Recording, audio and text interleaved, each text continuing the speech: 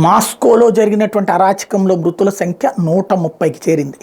వరుసబెట్టి వెంటాడి వేటాడి చంపారు సాధారణ ప్రజల్ని. మాస్కోలోని క్రాస్నోగోర్స్క్లో ఉన్న క్రాకస్ సిటీ హాల్లో షాపింగ్ మాల్, సంగీత కచేరీ వేదిక ఉన్నాయి. కచేరీ వేదిక సామర్థ్యం 6000. శుక్రవారం అందులో రష్యన్ రాక్ బ్యాండ్ పిక్నిక్ ప్రదర్శన ఏర్పాటు చేసి దీనికి అభిమానులు వెల్లువెత్తారు. కచేరీ జరుగుతున్న సైనిక దుస్తులు వచ్చినటువంటి ముష్కర్లు హాల్లోకి చొరబడి బాంబులు ఇసురుతూ కాల్పులకు దిగారు. పాయింట్ బ్లాంక్ రేంజ్లో గురిపెట్టి పౌరుల ప్రాణాలు తీశారు. చనిపోయిన వాళ్ళలో చిన్నారులు ఉన్నారు. ఇప్పుడు అదే వైరల్ అవుతున్నటువంటి అంశం. అయితే ఈ ఘాతుకం సంగతి ముందుగానే హెచ్చరించామని అమెరికా చెప్తుంది. ఐఎస్ఐఎస్కే మీదే దేశంలో ఏదో ప్లాన్ చేస్తుందని రష్యాకు ముందే హెచ్చరించింది అమెరికా.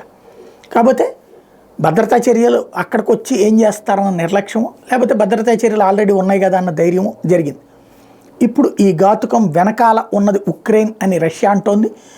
మాకేం సంబంధం లేదని ఉక్రెయిన్ అంటోంది. కాకపోతే సిరియాలో ముస్లింలను అణచివేస్తున్నందుకు గాను ఇక్కడ ఈ దాడులకు పాల్పడ్డామని చెప్పి ఐఎస్ఐఎస్కే ప్రకటిస్తోంది.